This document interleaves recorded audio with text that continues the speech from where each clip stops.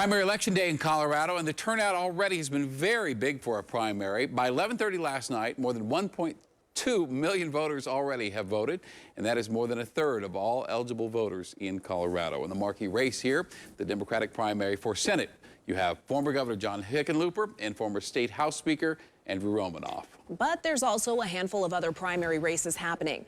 Denver 7's Megan Lopez is live at the Denver election headquarters to show us how things are going. Megan. Hey there, Jessica, Shannon. It really has not been very busy in here inside of the Denver election headquarters. You're not really seeing those traditional lines, and that's because the election officials here tell me that a lot of people are taking advantage of the mail-in and drop-off ballots in this election in particular. Now, outside and around town, it's been a steady stream of people dropping off their ballots all day that we've seen, and don't forget you have until 7 p.m. today to do that. The campaigns for John Hickenlooper and Andrew Romanoff have been out in full force today trying to encourage people to get out and vote. The winner of that race will take on Senator Cory Gardner, who's considered one of the most vulnerable Republicans in the U.S. Senate this election. Now, there's also been one U.S. House seat that's on the ballot, as well as 6 State House seats, 2 Senate seats in Colorado, and then 4 district attorney races and a handful of education races. The big topic this primary has been the safety of mail-in and drop-off voting after President Trump has spoken out against it numerous times. So we asked Secretary of State Jena Griswold about it.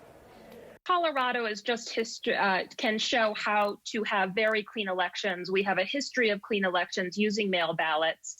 We have safeguards in place to make sure that the things that President Trump is worried about does not happen. So taking a live look back here at the Denver election headquarters, it is starting to pick up just a little bit. 5 o'clock, people tend to get off work, so they head down here before they head home and drop off their ballot. Something that Paul Lopez told me is that he's expecting it to take a little bit longer this time around to go ahead and count all those ballots because they're having to space out the election judges a little bit more, so that's something to keep an eye on. But this year has already surpassed 2018 just in terms of mail-in ballots. So a lot of interest in this primary, and you can imagine what that's going to do, Shannon, for November. All right, we will see, and we'll start to see results about 7 o'clock. Megan Lopez, thanks.